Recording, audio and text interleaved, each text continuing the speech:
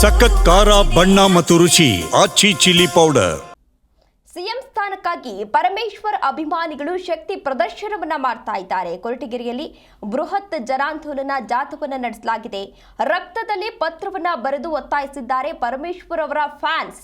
ಅರೆಬೆತ್ತಲೆ ಮೆರವಣಿಗೆಯನ್ನ ನಡೆಸಿದ್ದಾಗಿದೆ. ದಲಿತ ಸಂಘಟನೆಯಿಂದ ಕೊರಟಗೆರೆ ಕೆಎಸ್ಆರ್ಟಿಸಿ ವೃತ್ತದಿಂದ ಬೃಹತ್ ಜಾಥಾವನ್ನ ನಡೆಸಲಾಗ್ತಾ ಇದೆ. ಗೃಹ ಸಚಿವ ಡಾಕ್ಟರ್ ಜಿ ಪರಮೇಶ್ವರ್ ಕ್ಷೇತ್ರದಲ್ಲಿ ಹಕ್ಕೊತ್ತಾಯವನ್ನ ಮಾಡ್ತಾ ಇದ್ದಾರೆ. ಜನಾಂದೋಲನವನ್ನ ಕೂಡ ನಡೆಸಲಾಗಿದೆ. ತುಮಕೂರು ಜಿಲ್ಲಾ ಉಸ್ತುವಾರಿ ಸಚಿವ ಡಾಕ್ಟರ್ ಜಿ ಪರಮೇಶ್ವರ್ ಮುಂದಿನ ಸಿಎಂ ಮಾಡಬೇಕು ಅಂತ ಹೇಳಿ ಒತ್ತಾಯವನ್ನ ಮಾಡ್ತಾ ಇದ್ದಾರೆ. ರಾಜ್ಯ ರಾಜಕೀಯದಲ್ಲಿ ಈಗಾಗಲೇ ನಾಯಕತ್ವ ಬದಲಾವಣೆ ವಿಚಾರ ಸಾಕಷ್ಟು ಚರ್ಚೆಗೆ ಗ್ರಾಸವಾಗಿತ್ತು. ಒಂದ್ ಕಡೆ ಸಿಎಂ ಸಿದ್ದರಾಮಯ್ಯನವರು 5 ವರ್ಷಗಳ ಕಾಲ ನಾನೇ ಮುಖ್ಯಮಂತ್ರಿ ಆಗಿರ್ತೇನೆ ಅಂತ ಹೇಳ್ತಾ ಇದ್ರು.